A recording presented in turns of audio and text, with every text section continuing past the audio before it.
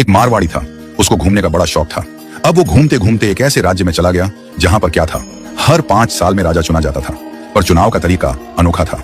एक हाथी आता सूंड में माला लेकर और सबके बीच घूमता था। जिसके गले में वो माला डाल देता वही राजा बनता था। अब क्या हुआ, हाथी आया माला लेकर, थोड़ी देर इधर उधर देखा और जाकर माला इस मारवाड़ी के गले में डाल दी। मारवाड़ी हैरान, अरे भाई मैं तो घूमने वाला आदमी हूँ, ये कहाँ फंसा दिया।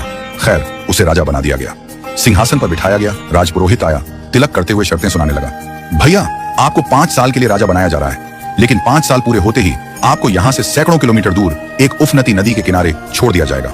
उस नदी में घड़ियाल हैं, मगरमच्छ हैं, जिनकी वजह से आप नदी पार नहीं कर सकते। अगर किसी तरह पार कर भी गए तो उसके बाद आएगा एक गहरा जंगल जिसमें हिंसक जानवर और खतरनाक राहें हैं। वहां आप जानो और आपकी किस्मत। अब तक जो भी राजा बना था उसे मालूम था कि 5 साल बाद मरना तय है, तो वह 5 साल बस ऐश करता था, भोग विलास, मजा, तामझाम। लेकिन यह मारवाड़ी अलग निकला।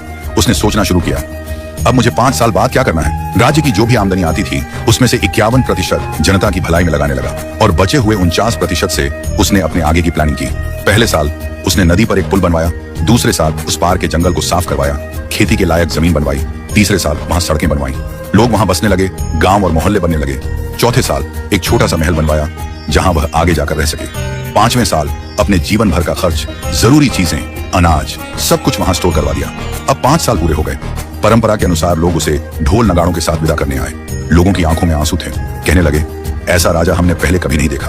वो राजा था मारवाड़ी, शांत मुस्कान के साथ सबको प्रणाम किया और उस पुल पर चढ़ गया जो उसने खुद बनवाया था। लोग अवाक रह गए। हजारों राजा आए गए, मारे गए, लेकिन ये पहला राजा था जो भवसागर को पार कर गया।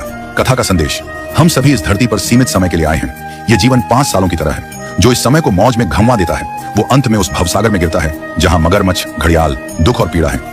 लेकिन जो जीवन का उपयोग अच्छे कर्मों, जनसेवा और प्रार्थना में करता है वो इस जीवन से परे उस पार पहुंच जाता है। तो आज ही से भवसागर पार करने के लिए अपना पुल बनाना शुरू कीजिए, ताकि जब आपका कार्यकाल समाप्त हो तो आपको भी सीधे ठाकुर जी के पास बैकुंठ में वास मिले और आपके अच्छे कर्मों की वजह से आपको हमेशा के लिए याद रखा जाए।